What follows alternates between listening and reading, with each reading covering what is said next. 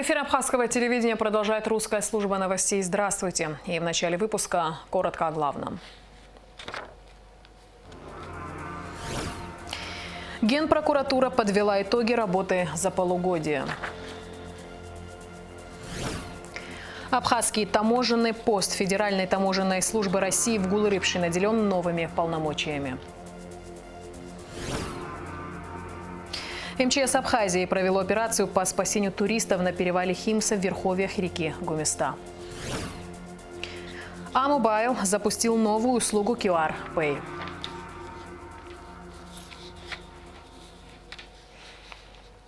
В центре внимания вопросы соблюдения налогового и бюджетного законодательства, ситуация на дорогах, борьба с коррупцией. Генпрокуратура подвела итоги работы за первое полугодие текущего года. В заседании коллегии приняли участие генеральный прокурор Республики Адгура Агарба, министр внутренних дел Дмитрий Дбар, председатель СГБ Роберт Киут. Репортаж Шазины Ханагуа. За отчетный период работа была сосредоточена на вопросах соблюдения налогового, здравоохранительного и административного законодательства. Значительное внимание уделено соблюдению бюджетного законодательства как в рамках плановых проверок, так и по материалам контрольной палаты. Это отметил, в частности, в своем докладе о состоянии законности, правопорядка и работе органов прокуратуры первый заместитель генерального прокурора Дамир Квициня. В первом полугодии 2021 года выявлено 123 нарушения законодательства. Аналогичный период прошлого года 132. В целях устранения выявленных нарушений внесено 50 представлений напротив 65 в прошлом году. Следственный орган направлены 3 материала прокурорских проверок для рассмотрения вопроса о возбуждении уголовных дел. Аналогичный период прошлого года 1, из которых возбуждено 2 уголовных дела, аналогичный период 0. Военной прокуратурой возбуждено 1 уголовное дело. Мерам прокурорского реагирования бюджету организациям возмещено более 18 миллионов рублей. Как отметил Дамир Квициня, за отчетный период были выявлены нарушения законодательства в действиях должностных лиц Управления образования администрации города Сухум и подведомственных управлений учреждений, должностных лиц отдела образования администрации Гагарского района в период с 2016 по 2019 годы. Так, по результатам проверки по выявленным нарушениям при расходовании Управления образования бюджетных средств, выделенных администрацией города Сухум на выплату заработной платы сотрудникам Управления образования и подведомственных ему учреждений, в Следственном управлении Генеральной прокуратуры Республики Абхазия для принятия процессуального решения направлен материал проверки в отношении бывшего главного бухгалтера Управления образования Чани и иных должностных лиц подведомственных управлений учреждений, действия которых были усмотрены признаки состава преступления, предусмотренной частью 4 статьи 157 УК РА. А именно присвоение растрата, то есть хищение чужого имущества вверенного виновного, совершенного в особо крупном размере, а именно в размере 1 436 000 рублей. В отношении бывшего главного бухгалтера Управления образования прокуратуры города Сухум возбуждено уголовное дело по признакам состава преступления, предусмотренной частью 4 статьи 157. За анализируемый период имели место 73 дорожно-транспортных происшествий, в результате которых погибли 12 человек. За аналогичный период 2020 года имело место 92 ДТП, погибли 26 человек. Таким образом, число ДТП уменьшилось на 19, а количество погибших на 14 человек. За первое полугодие в стране возбуждено 326 уголовных дел, по которым окончено производством 249. Из них направлено в суд 231 уголовное дело, 18 уголовных дел прекращено производством. За аналогичный период 2020 года окончено производством 43 дела, из которых 35 направлено в суд и 8 прекращено, из чего следует уменьшение количества прекращенных дел на 5,8% при увеличении направленных в суд 11,5%.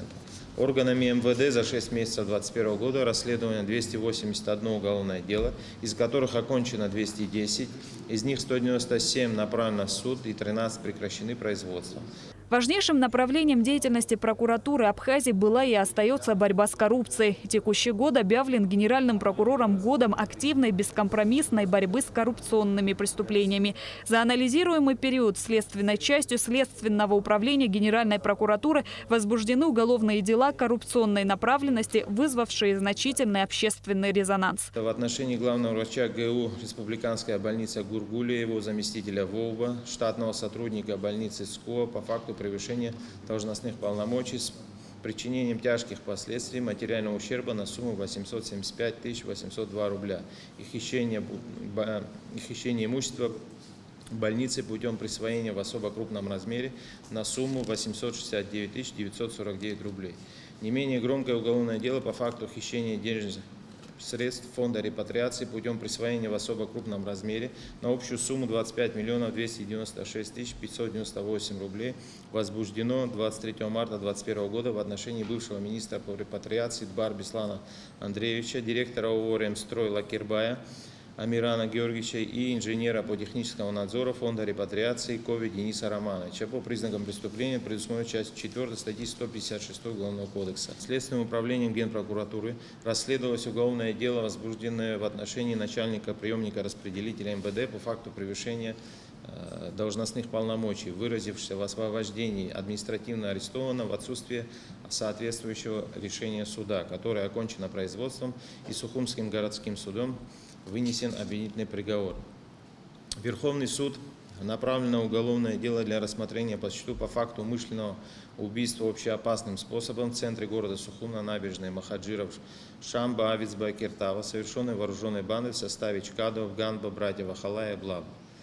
Дамир Квицини отметил и непрекращающуюся работу органов прокуратуры по проверке соблюдения санитарных норм по всей республике. На коллегии с докладами о проделанной работе выступили руководители управлений и прокуроры городов и районов. А генеральный прокурор Адгур Агарба подытожил результаты работы за отчетный период. Неоднократно в прокуратуре проводились совещания под моим руководством и ставилась задача максимально, насколько возможно, выявить коррупциогенные факторы и принимать по ним решения. В настоящее время из того, что я усматриваю, пока что я вижу, имеются результаты только в Следственном управлении Генеральной прокуратуры. За счет одной Генеральной прокуратуры законность и правопорядок обеспечить в стране невозможно. Для этого есть территориальные прокуратуры, которые также должны этим заниматься. Недавно было совещание, посвященное именно этой теме, и обозначались сроки до конца сентября.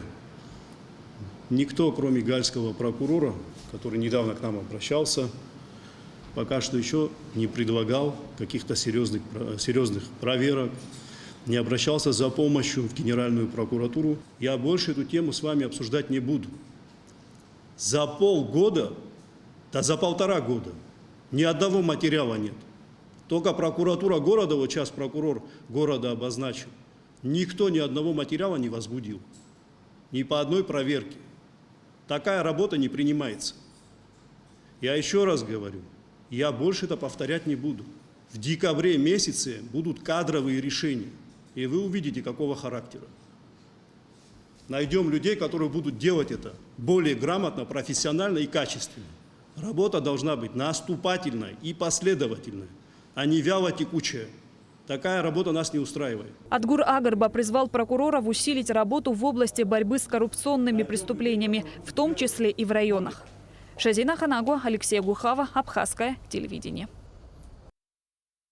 Президент Аслан Бжаня позвонил временно исполняющему обязанности главы Республики Северная Осетия Алания Сергею Миняйло и выразил соболезнования в связи с трагедией, произошедшей в больнице скорой помощи во Владикавказе. С большой болью в Абхазии восприняли информацию о трагедии, произошедшей во Владикавказе, унесшей жизни 11 человек. Прошу передать слова сочувствия и поддержки семьям и близким погибших.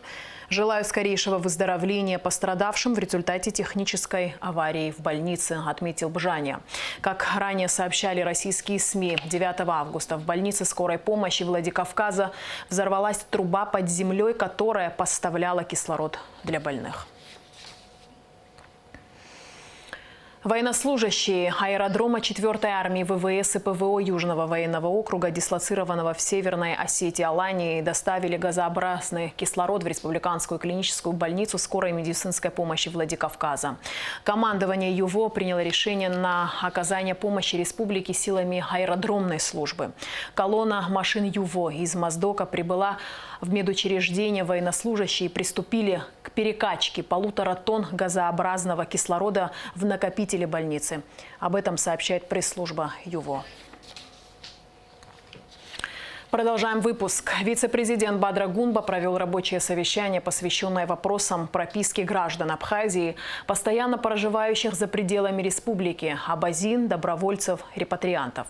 В совещании участвовали руководитель администрации президента Алхас Сквицини, заместитель руководителя администрации президента Саида Бутба, заместитель министра внутренних дел, начальник милиции и общественной безопасности Беслан Чкадо, начальник паспортного управления МВД Беслан Бигвава, помощник премьер-министра Дмитрий Шамба, сообщает пресс-служба президента Республики Абхазия. В соответствии с поручением президента и обращением представителей абазинской общественности в целях минимизации административных барьеров и усиления правовой связи соотечественников с исторической родиной, на совещании был рассмотрен вопрос о правовом регулировании постоянной прописки на территории Абхазии категории граждан Республики Абхазия, постоянно проживающих за ее пределами. По итогам совещания вице-президент Бадра Гунба дал поручение его участникам, а также ответственным ведомствам в течение недели подготовить письменные предложения по решению данного вопроса. Бадра Гунба также принял известного российского скульптора, академика Российской академии художеств, председателя Южного регионального отделения РАХ, профессора Южного федерального университета Сергея Олешню, который приехал в Абхазию для вручения Виталию Джения диплома почетного члена Академии художеств России, подписанного президентом Академии Олегом Кошкиным. Вице-президент Абхазии, приветствуя гостя, отметил, что этот факт имеет большое значение для Абхазии. Бадра Гунба также подчеркнул, что между АГУ и Южным федеральным университетом России давно сложились партнерские отношения и выразил уверенность в том, что в дальнейшем они будут только развиваться.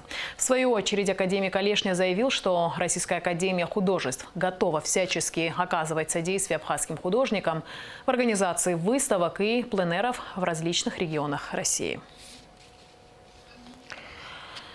С мая специализированный абхазский таможенный пост Федеральной таможенной службы России в Гулрипше наделен полномочиями подтверждать нахождение на территории Абхазии транспортных средств, которые временно вывезены в Россию и числятся невывезенными. О том, как это работает, расскажет Эсма Гуланзе. Граждане Абхазии, чей автомобиль по тем или иным причинам числится невывезенным из России, могут обратиться в специализированный абхазский таможенный пост, чтобы снять транспортное средство с контроля. Кроме самого автомобиля, владелец должен предъявить ряд документов. Должностному лицу таможенного поста необходимо предъявить документы, удостоверяющие личность лица заявляющего. Необходимо предоставить регистрационные документы на транспортное средство, выданные органами Государственной автомобильной инспекции Министерства внутренних дел Республики Абхазия, так называемое свидетельство о регистрации. Если заявителем выступает не собственник транспортного средства, то необходимо предоставить документы, подтверждающие право распоряжения либо пользования транспортным средством. Необходимо также предоставить таможенные документы, как то пассажирскую таможенную декларацию, либо учетную карточку транспортного средства. И необходимо предоставить иные документы, имеющие отношение либо к данному транспортному средству, либо к факту его перемещения через таможенную границу, те документы, которые имеются у лица. Ну и третье, лицу необходимо получить у должностного лица таможенного поста бланк соответствующего обращения и заполнить его. Вся процедура проводится должностными лицами абхазского таможенного поста. При наличии всех необходимых документов она занимает не более 15-20 минут. Поэтому автовладельцам теперь нет необходимости ехать за подтверждением на пограничный пост МАП Адлер. В прошлом месяце мы уже получили первый такой опыт проведения такой процедуры. По обращению гражданина Республики Абхазия мы подтвердили фактическое нахождение его транспортного средства на территории Республики Абхазия. Данную информацию мы направили на таможенный пост МАП Адлер Краснодарской таможни, и в итоге соответствующая учетная запись по временному ввозу была снята с контроля. Однако бывают случаи, когда абхазский таможенный пост не вправе подтвердить нахождение автомобиля. Обычно это происходит при отсутствии перечня необходимых документов или же недействительных документов. В случае невозможности однозначной идентификации транспортного средства вследствие отсутствия либо нечитаемости нанесенных идентификационных номеров, то есть так называемый ВИН-код, фрейм-код, либо регистрационных государственных знаков, либо если данные знаки и коды имеют тоже признаки подделки. Абхазский таможенный пост специализированный, расположен в поселке Гулрыбш по улице Ботаническая, 37. Эсма Гуланзе, Инала Гухава, Абхазское телевидение. Международная научная конференция «Северо-Западный Кавказ и Причерноморье в древности и Средневековье», посвященная 80-летию археолога, доктора исторических наук, профессора, академика Академии наук Абхазии Олега Бгажба, открылась в Абхазском институте гуманитарных исследований. В работе научного форума приняли участие спикер Народного собрания Абхазии, академик Анна Валерий Кварчи, абхазские и российские ученые и, конечно же, сам юбиляр. Вклад Олега Хухутовича в кавказоведение сложно переоценить, отмечалось на конференции. Его перу принадлежат работы по истории древней, античной и ранней средневековой Абхазии. Олег Бгажба – автор 150 публикаций, 15 фундаментальных монографий, учебных пособий и учебников для школ и вузов. Академик Бгажба является председателем диссертационного совета института и председателем археологической комиссии Президиума Академии наук Абхазии. Много теплых поздравлений и пожеланий звучало в этот день в адрес Олега Бгажба. Внештатный советник президента Абхазии по вопросам культуры и науки Нукзар Логуа зачитал поздравительный адрес от имени главы государства Аслана Бжания. Уважаемый Олег Хухутович, поздравляю вас с 80-летним юбилеем. Всю сознательную жизнь вы посвятили науке, внесли неоценимый вклад в изучение истории нашей страны. Благодаря проведенным вами археологическим исследованиям, многочисленным трудам, научным статьям стало многое известно о жизни наших предков в древние времена. Основными направлениями ваших научных исследований были археология, история, ремесла Абхазии и Кавказа в целом. Вы научно обосновали, что территория Абхазии являлась одним из древних очагов металлургии железа. Ваша научная деятельность отличается комплексным подходом. В ваших трудах археология, история, металлография, этнология, фольклор и лингвистика дополняют друг друга. Помимо научной деятельности, вы всегда были активным участником общественной жизни нашей страны. Известны вы и как спортсмен, внесший немалый вклад в развитие отечественного баскетбола. Уважаемый Олег Хухутович, в день вашего юбилея хочу пожелать крепкого вам здоровья, новых достижений в научной деятельности и благополучия. Долгих лет вам в жизни. Президент Республики Абхазия Аслан Бжания. Поздравляю вас, Олег, от всей души. Долгих лет вам в жизни. 80 – это только начало жизни. Спасибо. Всех благ вам.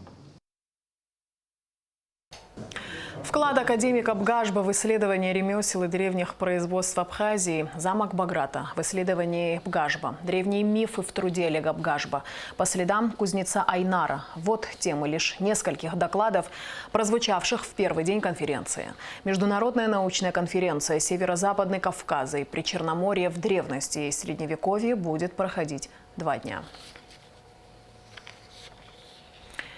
Очередная группа туристов из 8 человек, добравшаяся до перевала Химса, что в верховьях реки Восточная Гумиста, обратилась за помощью в МЧС Абхазии с просьбой эвакуировать травмированного члена команды. Подробности в материале пресс-службы МЧС Абхазии. Группа прибыла в Абхазию из города Воткинской республики Удмуртия. Помощь понадобилась Анне Селезневой. Ранним утром 10 августа вертолет Ми-2 спасательного ведомства страны доставил травмированную туристку и ее дочь-подростка с перевала Химса в Сухум, где ей была оказана необходимая медицинская помощь. По словам Селезневой, маршрут движения оказался совсем не таким, каким он изначально представлялся группе. Ливни размыли все пути. И очень высокие подъемы, и нас вот эти папоротники, Альпы, которые там высотой нас скрывали трава, и внизу камни, очень сложно было подниматься, и высокие очень подъемы, таких гор мы как бы не встречали высоких. МЧС Абхазии было категорически против заявленного маршрута данной туристической группы в район перевала Химса. Тем не менее, инструктор Валерий Попов фактически подверг всю группу неоправданному риску. Он на самом деле сам не ожидал, что так будет, потому что по описаниям мы шли, у него трек был проложен по описаниям там группы, которые прошли, и надеялись, что мы пройдем, но вот так сложилось, что... Запасы провизии, взятые туристами с собой, практически на исходе. И, по словам Анны Селезневой, маршрут обратного следования группы к побережью вызывает немало опасений. 4, даже 5 человек, они достаточно подготовленные. Очень переживаем за женщину, которая, учительница, она 50 там, с лишним лет, она как бы слабенькая. И обратно идти, там есть такие, если они пойдут по сухому руслу обратно, там высота, веревка тонкая, я не знаю, как они там будут.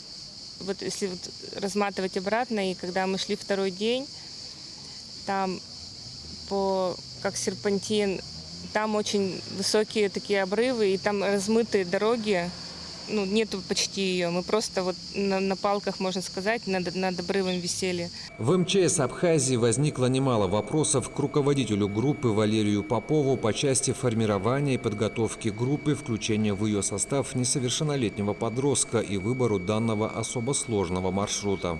Во-первых, надо быть, наверное, подготовлены быть. Мы немножко и эмоционально не подготовлены к такому оказались, психологически не готовы. Физически готовым быть, снаряжение должно быть соответствующее. И, конечно, тогда должен быть трек проложен полностью, путь от точки А до точки Б окончательный. Хотя трек у нас был проложен, вроде мы шли по нему не сбиваясь, но путь просто очень сложный. Сотрудники МЧС Абхазии находятся на постоянной связи с основной группой и в случае необходимости готовы оперативно отреагировать на любую внештатную ситуацию. Однако, по словам руководства МЧС, спасатели будут выходить в правительство с законодательной инициативой, позволяющей взимать с руководителей и участников подобных групп все затраченные на их спасение средства.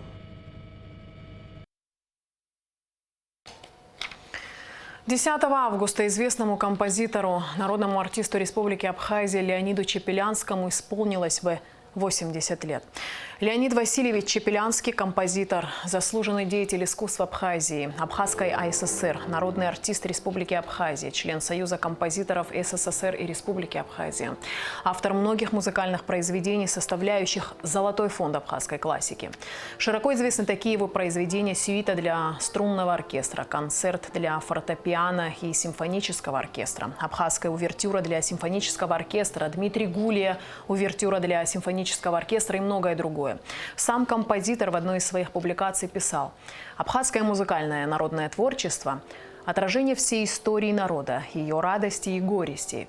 Веками создавались эти музыкальные памятники, позволяющие судить о духовной жизни абхазского народа, его мироощущении, борьбе за свободу и независимость Родины. И сегодня, как никогда, весомо звучит мысль о том, что победить народ, создавший такие яркие героические песни, невозможно».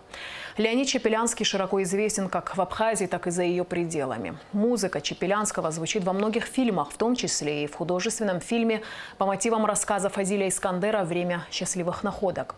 В 2004 году Леонид Чепелянский за заслуги в развитии музыкального искусства Абхазии был награжден орденом Ахтзапша III степени. Немногие, наверное, знают, что Чепелянский был автором аранжировки первых позывных абхазского телевидения.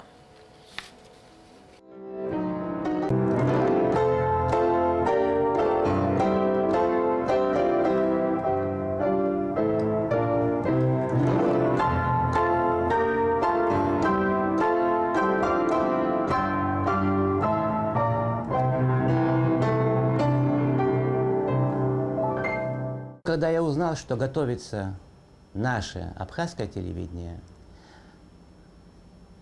даже еще позывных не было, но я знал, то есть об этом вообще речи не было, но я знал, что позывные – это визитная карточка телевидения.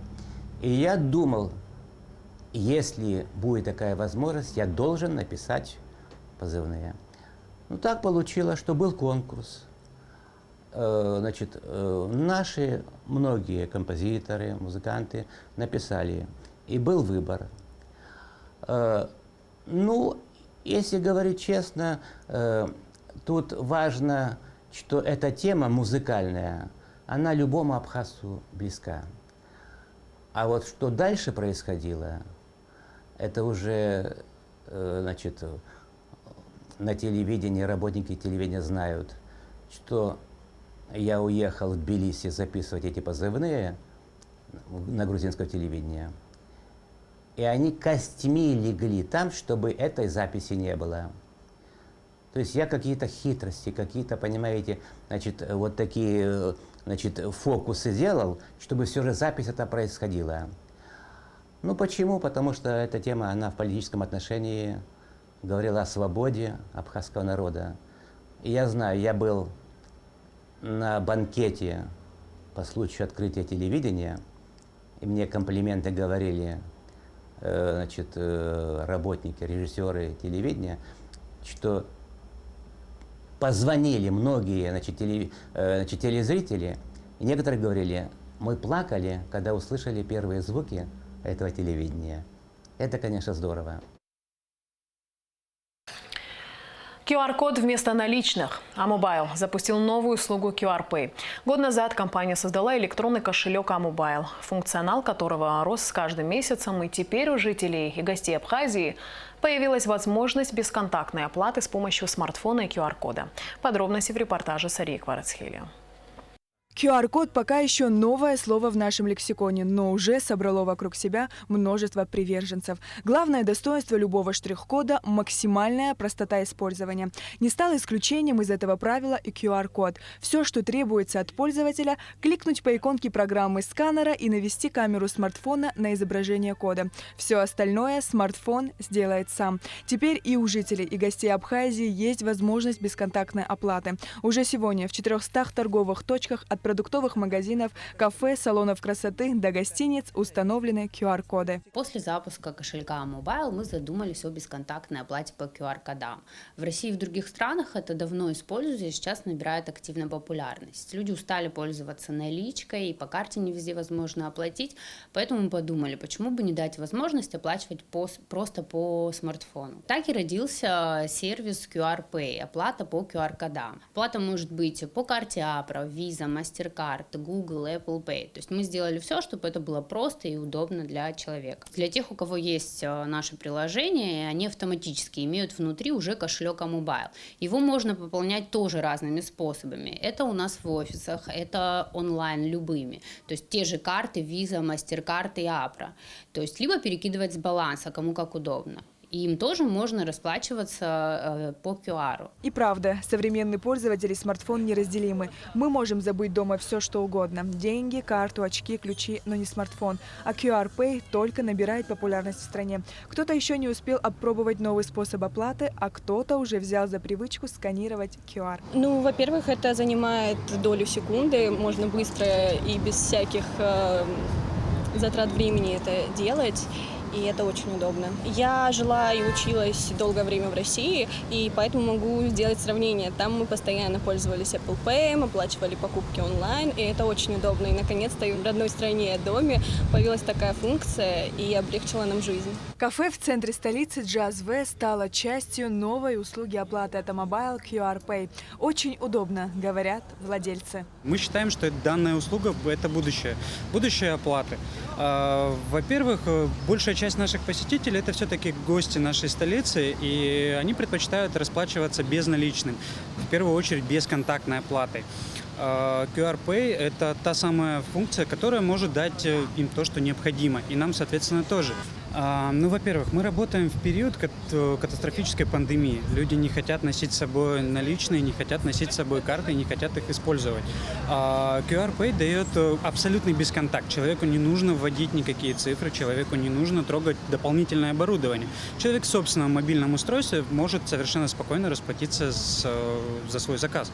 Наиболее востребованным QR Pay стал у микро и малого бизнеса. Использование QR-платежей выгодно и бизнесу, и клиентам. А возможность принимать платежи онлайн влечет за собой лояльность клиентов. Не секрет, что в нашей стране проблема с снятием наличных. Не всегда в банкомате есть сумма, которая нам необходима. И в торговых точках не всегда есть посттерминалы по оплате картами. И поэтому QR-код решает эту проблему между бизнесом и клиентом. Оплатил онлайн, собственник принял оплату, клиент счастлив. Особенно это актуально сейчас для туристов. То есть они уже привыкли к бесконтактной оплате, и для них это новый классный способ оплаты у нас в стране. Что нужно сделать собственнику, чтобы установить сервис QR Pay? Ему нужно скачать приложение Mobile, создать карточку кассира, далее распечатать QR-код свой именно и принимать оплату. Ему будут приходить уведомления на его кошелек о том, что начислены деньги. Либо же можно позвонить нам, 7 семерок, далее наши ребята выезжают на точку и уже подробно показывают, как это сделать и помогают установить QR Pay. Сервис-центр Apple Сухум, который расположен на втором этаже Сухум-маркета, тоже пользуется QR Pay. Удобно, просто, а самое главное – ощущения непривычные, говорит инженер по ремонту айфонов Тимур Лукашов. Ребята из Mobile пришли и предложили нам такую опцию. Сказали, в чем плюсы, что будет быстрая оплата, будет больше доступ у клиентов к нам, чтобы мы могли прийти, сразу оплатить они могут. И мы согласились, конечно, с этим, потому что опция бесплатная, она удобная. Мы оставили только заявку, написали номер телефона свой, который будет привязан к этому QR-коду. И вот по сегодняшний день мы используем этот QR-код в своей работе. То есть такая услуга, она упрощает оплату и проводит ее мгновенно. Для нас, как для сервиса, тоже это удобно, мы быстрее отпускаем клиентов, и в этом нет сложности в работе. Так что любой желающий может поставить такой вот QR-код себе и в магазине, и гораздо проще принимать оплату. Идти в ногу со временем, развиваться и становиться лучше с каждым днем. Цель, которую ставит перед собой Амобайл. Сария Кварацхеля, Инала Гухава, Абхазское телевидение. 15 августа в Абхазии официально откроется охотничий сезон и завершится 15 марта 2022 года. Как сообщили нам в обществе охотников и рыболовов, в республике разрешено охотиться на серну, косулю, кабана, медведя, шакала. Запрещено охотиться на все виды краснокнижных зверей и птиц. Это благородная рысь, лесная кошка, все виды дятлов и все виды хищных и певчих птиц. Кроме того, запрещается охота в особо охраняемых зонах, в заповедниках, национальных парках, в промышленных зонах, в городах республики и на расстоянии 3 километров вокруг них. 15 августа на территории Абхазии открывается охотничий сезон. Сезон открывается исключительно на перепела. На зверя будет сезон открыт с 1 октября и будет длиться до 15 января. На вайшнепа будет открыт 5 октября и продлится он до 25 декабря. На копытных открывается с 1 октября и продлится до 15 января. Перепела можно добыть за одну охоту не более 20 штук. Охотник должен иметь при себе охотничий билет, разрешение на хранение и ношение огнестрельного оружия того, которым он пользуется, и лицензию о уплате госпошлины. Традиционно в августе месяце при открытии сезона мы отмечали это празднично, собирались охотники, было застолье, были жертвоприношения Богу охоты, но в этом году, я надеюсь, охотники нас поймут, мы вынуждены это мероприятие отменить из-за сложной эпидемиологической ситуации. У нас недавно ушел из жизни очень молодой, энергичный, очень правильный охотник Юра Долгоруков. Мы очень соболезнуем его семье. Желаю всем охотникам нашей страны удачных охот и, главное, здоровья. Берегите себя. Председатель Госкомитета Республики Абхазия по делам молодежи и спорту Джамал Губаз принял абхазского коневладельца Даура Гухава, чей скакун Сафари Кэт 8 августа первым, преодолев дистанцию в 2400 метров для лошадей 3 лет, чистокровной английской породы стал обладателем приза «Большой ростовский дерби». Как отметил Даура Гухава, в дальнейшем у него в планах принять участие во всероссийском дерби, которое пройдет в следующие выходные в Москве. Джамал Губаз поздравил Даура Гухава и всю его команду с победой. Я вас поздравляю, да, что вы выиграли такое дерби в ЮФО, в Южном федеральном округе. Это впервые, кто выиграл это дерби, очень серьезное дерби, называется дерби Ростова. Я вас искренне поздравляю, кто с вами рядом был, тренера, конники. Пример, с кого брать в нашей стране, нашей молодежи, нашему будущему в лице вас. 650 книг о физической культуре передал Государственному комитету по делам молодежи и спорта Республики студент 4-го курса Подольского социально-спортивного института Эрик Киян в подарок от учебного заведения.